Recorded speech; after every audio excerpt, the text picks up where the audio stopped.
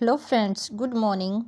Today we are going to discuss fifth part of our age of Chaucer. आज की class में guys हम discuss करेंगे जो हमारा फिफ्थ पार्ट रहता है चौसर का और फॉलोवर ऑफ चौसर का। काफ़ी इंपॉर्टेंट क्वेश्चन है और इसके साथ ही जो हमारी सीरीज है चौसर के टॉप 100 क्वेश्चन की वो फिनिश हो जाएगी। तो लेट्स सी स्टार्ट करते हैं। First is 81 blank verse is. Blank verse है वो क्या है? तो हमने पढ़ा है कि गाइस जो ब्लैंक वर्स है उसका यूज क्रिस्टोफर मार्लो जो हमारे शेक्सपियर हैं, या फिर हम बात करें कि जो हमारे मिल्टन हैं, उन्होंने काफ़ी ज़्यादा ब्लैंक वर्स का यूज़ किया है। ब्लैंक वर्स वो होता है जिसमें जो हमारी राइम स्कीम होती है वो नहीं होती। कि इसमें जैसे हम देखते हैं कि एक एग्जांपल लेते हैं, जैसे ट्विंकल ट्विंकल लिटिल स्टार, तो क्या आया लास्ट में? स्टार आया ना। अप अबोदा वन सो हाई, ये देखो ये दो लाइन है। अगर मैंने अलग अलग बोल दी तो इसमें कोई भी राइम स्कीम नहीं है, लेकिन जैसे ही मैं बोलती हूँ twinkle twinkle little star how I wonder what you are, तो लास्ट में आर आया ना। तो इन दोनों की क्या रिदम एक जैसी है, लास्ट में जो आर आर की साउंड आई है ना, तो इट मीन्स ये तो है कि फुल वर्स में ब्लैंक वर्स नहीं है, यहाँ पे राइम स्कीम है। लेकिन जैसे कोई भी हम लाइन बोलते हैं जिसकी लास्ट की जो सिलेबल होते हैं वो उनकी कॉन्सोनेंट या वोवल साउंड एक जैसी नहीं होती, तो वो हमारी होती है ब्लैंक वर्स। समझ में आया? तो यहाँ हम देखते हैं कि इसका आंसर कौन सा है। तो जो इसका आंसर है वो हमारा फर्स्ट ही रहता है, the line written in iambic pentameter. कि लाइन है वो आयम्बिक पेंटामीटर में लिखी होती हैं। ये क्लास मैंने बना रखी है आयम्बिक पेंटामीटर की, मीटर की जो क्लास है वो मैंने बना रखी है, आप चाहो तो देख सकते हो प्लेलिस्ट में। But not in a regular rhythm, कि इसमें क्या नहीं होती? रिदम नहीं होती। जैसे मैंने आपको एग्जाम्पल दिया ना कि twinkle twinkle little star how I wonder what you are, यहाँ तो रिदम बन रही है लास्ट में, लेकिन इसमें रिदम नहीं बनती। तो यही हमारा आंसर है। Now next is the battle of the Alcazar is written by. जो बैटल है अल्केजर वो किसके द्वारा रिटन की गई है? तो गाइज इसका अगर हम आंसर देखते हैं कि जो बैटल ऑफ अल्केजर है वो किसने लिखी है, तो इसका जो आंसर है वो है हमारा जोज पीले। जोज पीले जो कि हमारा क्या है, यूनिवर्सिटी विट्स हैं। इसके ऊपर भी गाइज मैंने क्लास बना रखी है, आप प्ले लिस्ट में you can see. Now next is काफ़ी इंपॉर्टेंट रहते हैं हमारे यूनिवर्सिटी विट्स। यहाँ से क्वेश्चन कई बार पूछा जाता है यूनिवर्सिटी विट्स से related. Now next is which of the following arrangement of the major cycle, cycles है ना, ये ड्रामा के साइकिल होते हैं, major cycle of the miracle plays in the correct chronological sequence. इन्हें हमें क्या लगाना है? जो क्रोनोलॉजिकल लगाना है गाइज। कैसे लगाना है? जैसे हमारे, मैं इसके ऊपर एक क्लास बनाऊंगी। जो साइकिल होते थे ना गाइज, जो साइकिल होते थे उन साइकिल में क्या होता था, जैसे चौक होते हैं, जैसे हमारे अक्सर हम हमारी विदेशी भाषा में या हमारी लैंग्वेज में बात करें तो जो चौक होते हैं ना, तो ये साइकिल ऐसे चलते थे। जैसे ये चौक है, मैंने ये 4 चौक बना दिया, तो सबसे पहले एक साइकिल आएगा, कोई भी हो सकता है। यहाँ हम आंसर में टिक करके देखेंगे कि पहले कौन सा साइकिल आता है। तो कोई साइकिल मान लो नंबर 1 है, वो पहले यहाँ आएगा, फिर नंबर 1 है वो यहाँ आएगा, फिर नंबर 1 है वो यहाँ आएगा, फिर नंबर 1 है वो यहाँ आएगा परफॉर्म करने के लिए। ठीक है, कैसे परफॉर्म? जैसे मान लो नाटक का शो, नौटंकी वगैरह करते थे तो वे चौक पे जाके करते थे। तो एक यहाँ से यहाँ, यहाँ से यहाँ गया, फिर दूसरा आएगा और वो इनको फॉलो करता है। ऐसे दूसरा साइकिल इनको फॉलो करता है। ये साइकिल मान लो यहाँ से यहाँ गया ना, तो दूसरा भी इसके पीछे पीछे आएगा, फिर ये आगे जाएगा, फिर ये इसके पीछे पीछे आएगा। तो ऐसे क्रोनोलॉजिकल लगाना है कि एक साइकिल के बाद दूसरा साइकिल कौन सा आता था परफॉर्म करने के लिए, अपनी परफॉर्मेंस शो करने के लिए, दिखाने के लिए। तो गाइज इसकी अगर हम बात करें कि कौन सा साइकिल आता है, तो हमारा जो आंसर रहता है, सीधे हम डायरेक्ट आंसर की बात करेंगे तो हमारा आंसर रहता है, देखना एक बार, ये 4 साइकिल थे मेनली। वैसे तो हम देखें तो 30 से 35 साइकिल थे, लेकिन उनमें most famous and most important जो हमारे साइकिल हैं वो 4 ही हैं। ठीक है, तो उनमें जो ऑप्शन नंबर सी है वो हमारा करेक्ट रहता है। ऑप्शन नंबर सी है वो करेक्ट रहता है। पहले जो साइकिल आता था वो कौन सा था, कॉर्निश साइकिल। नंबर 1 पे कौन सा साइकिल आता था, कॉर्निश साइकिल। फिर उसके बाद आता था यॉर्क साइकिल, 2 नंबर पे यॉर्क साइकिल। पहले ये साइकिल आया, फिर उसके बाद ये आया। फिर आता है हमारा वेकफील्ड साइकिल नंबर 3 पे। फिर हमारा 4 पे आता है चेस्टर साइकिल। तो ऐसे गाइस ये सीक्वेंस में आते थे, पहले 1 नंबर का आया, ये दूसरी जगह पे गया तो दूसरा नंबर का उसकी जगह पे आ गया, ऐसे आता था। और एक और बात, जो हमारा कॉर्निश साइकिल है इसको हम कन्वेंट साइकिल भी कहते हैं। क्या कहते हैं, कन्वेंट साइकिल, इसका दूसरा नाम है कॉर्निश साइकिल का, ठीक है। और सबसे ज़्यादा जो हमारे प्ले होते थे इस साइकिल में तो वो होते थे 48 यॉर्क साइकिल में। सबसे बड़ा जो साइकिल था वो कौन सा था, यॉर्क साइकिल होता था, ठीक है। और जो हमारा वेकफील्ड साइकिल है इसको टाउनली साइकिल भी कहा जाता है। कैसे भी क्वेश्चन पूछ सकता है, काफ़ी इंपॉर्टेंट ये हमारे रहते हैं। जो वेकफील्ड साइकिल है इसको टाउनली साइकिल भी कहा जाता है, तो आपको लर्न होने चाहिए ये। Now next is which of the following is the earliest miracle play of record performed in England. कौन सा ऐसा प्ले है जिसको रिकॉर्ड किया गया, रिकॉर्ड परफॉर्म्ड, जिसको रिकॉर्ड करके परफॉर्म किया गया, जैसे आजकल करते हैं जो हमारी मूवी वगैरह हैं, तो ऐसा कौन सा था। तो इसकी अगर हम बात करें तो option number 2 is our correct. ये हमारा है ल्यूडिस डी स्नेक्टा कैथेरिना, ठीक है, ये हमारा आंसर रहता है। इसको पहली बार रिकॉर्ड करके मिरेकल, ये हमारा प्ले रहता है, रिकॉर्ड करके परफॉर्म किया था कहाँ पे, इंग्लैंड में। Now next is which play is the first English to employ allegorical machinery. सबसे पहले ऐसा कौन सा प्ले है जिसमें एलिगरिकल मशीनरी का यूज किया गया था। तो गाइज इसका जो आंसर होगा वो होगा हमारा ऑप्शन नंबर 1 मैरी मैकडोनले। मैरी मैकडोनले है, मैरी मैकडोनले है, वो क्या है हमारा फर्स्ट एलिगरिकल प्ले है जिसमें पहली बार एलिगरी का यूज किया गया था। एलिगरी मैंने आपको बता दिया है एलिगरी क्या होती है, काफ़ी ज़्यादा यूज़ किया है हमारे जो ड्राइडन है उन्होंने काफ़ी ज़्यादा यूज किया है। Now next is the shepherd's calendar by Edmund Spenser is called the calendar because.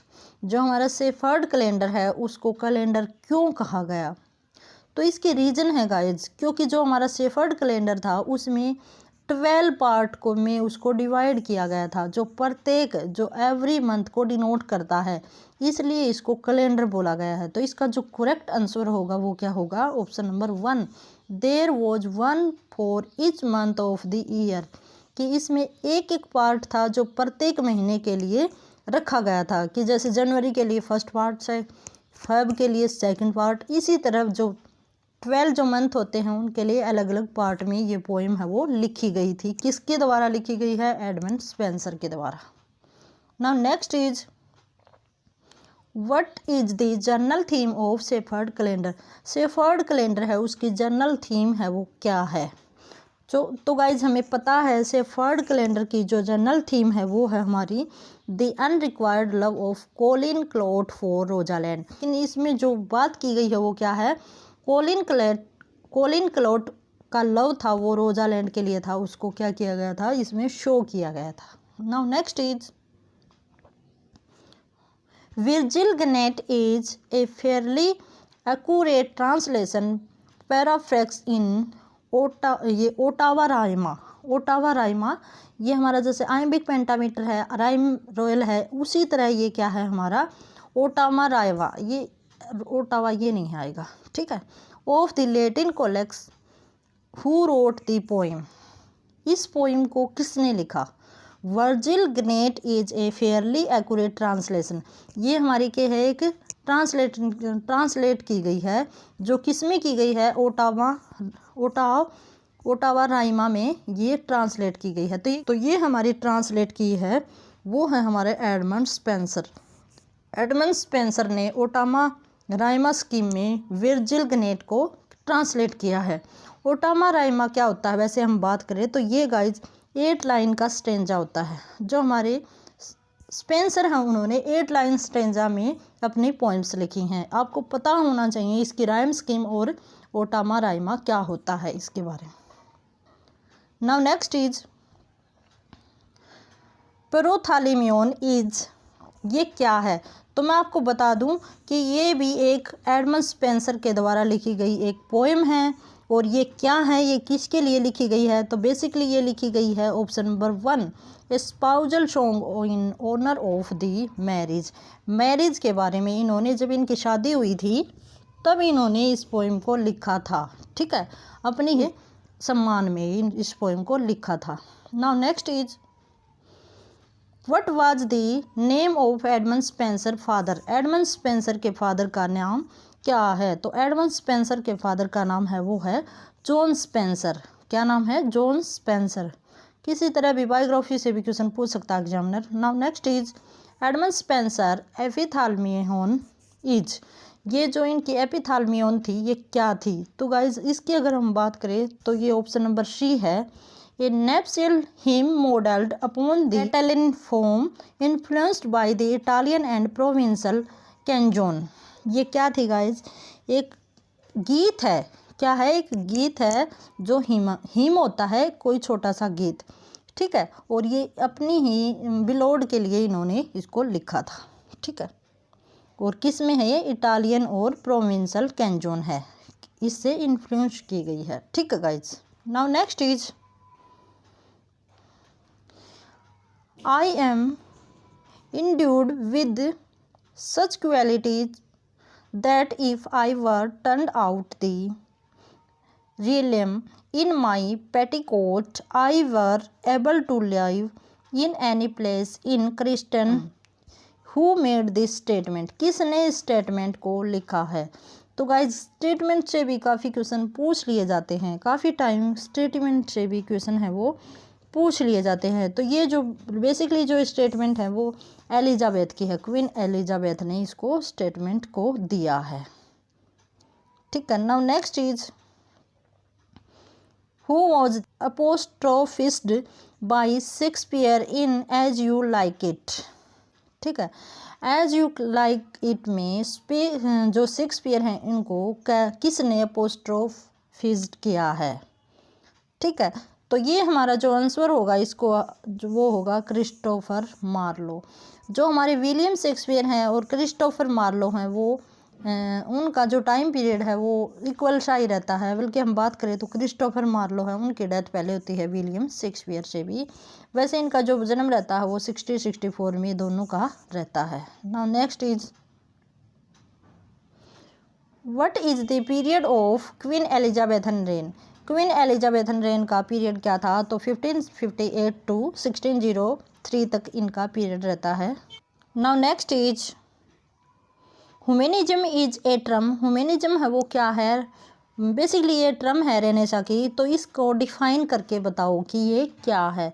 तो ये क्या है? First option is correct, strictly applies to the revival of interest in the classical literature of Greece और Rome. ये क्या है? एक revival है न्यू थॉट का या इंटरेस्ट का, जो हमारा क्लासिकल लिटरेचर था रोम का और ग्रीस का, उसका रिवेल्वेशन है, ठीक है। Now next is the reformation was a reactionary movement against the Italian Renaissance is now quite generally accepted। Who opened this valuable remark on reformation? किसने इसके ऊपर रिमार्क किया है रिफॉर्मेशन के ऊपर, ठीक है। तो इसका जो आंसर होगा गाइज वो होगा हमारा, देखना एक बार मैं आपको बताती हूँ, आगे ऑप्शन है हमारे, अच्छा इसमें ऑप्शन नहीं है तो बाय मिस्टेक ये कट हो गया होगा। तो इसकी अगर हम बात करें तो फ्रेडरिक, इसका जो ऑप्शन था वो क्या था गाइज? फ्रेडरिक, मैं यहाँ पे स्पेलिंग लिखती हूँ, Frederick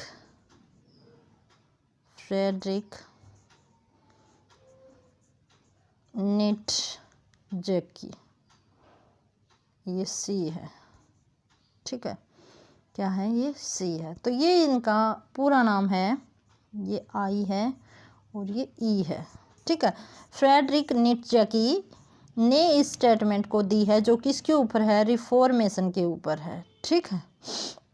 now next is Sir Thomas More Utopia is, Thomas More का जो यूटोपिया है वो क्या है, तो सभी को पता है मोस्ट इम्पोर्टेंट जो हमारा वर्क रहता है यूटोपिया, फर्स्टली किस में लिखा गया है, लैटिन लैंग्वेज में ये लिखा गया है। फिर इसका 1551 में इसका ट्रांसलेशन किया गया था, तो वो किया गया है इंग्लिश लैंग्वेज में। ठीक है, कब किया गया है, 1551 में, आई होप सो ऐसा ही है।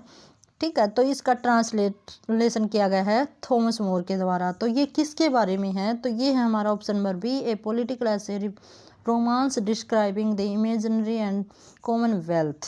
ये एक कॉमनवेल्थी और हैप्पीली एक जगह को दिखाया गया है, यूटोपिया, जिसका नाम रखा गया है उसी के बारे में। बेसिकली वहाँ का जो एनवायरनमेंट है, वहाँ के जो खुश लोग हैं, खुश मिजाजी, एक दूसरे के भाईचारे की क्या हम बात करें, जो एक दूसरे के साथ बहुत हैप्पी हैं, उनके बारे में ये लिखा गया है, जहाँ किसी प्रकार का कोई भी स्ट्रगल नहीं है, किसी प्रकार का कोई कन्फ्लिक्ट नहीं है, खुशी खुशी लोग वहाँ पे रहते हैं। Now next is, what is the name of utopia, जो यूटोपिया है वो किसका नाम है। ठीक है, तो ये पूछा कि यूटोपिया है वो किसका नाम है, तो no place in the Greek language, किसी प्रकार का कोई प्लेस नहीं है, ये एक इमेजिनरी प्लेस है जिसको टॉमस मोर ने अपनी इमेजिनेशन में बनाया है। ठीक है, तो इसी के साथ हमारा ये कंप्लीट होता है चौसर की जो एज से रिलेटेड हमारे टॉप 100 क्वेश्चन का स्लॉट और हमारी जो सीरीज़। इसके साथ ही गाइज अगर हम आगे बात करेंगे जो हमारे विलियम शेक्सपियर हैं या एलिजाबेथ नीज की। और इसी के साथ have a good day and best of luck.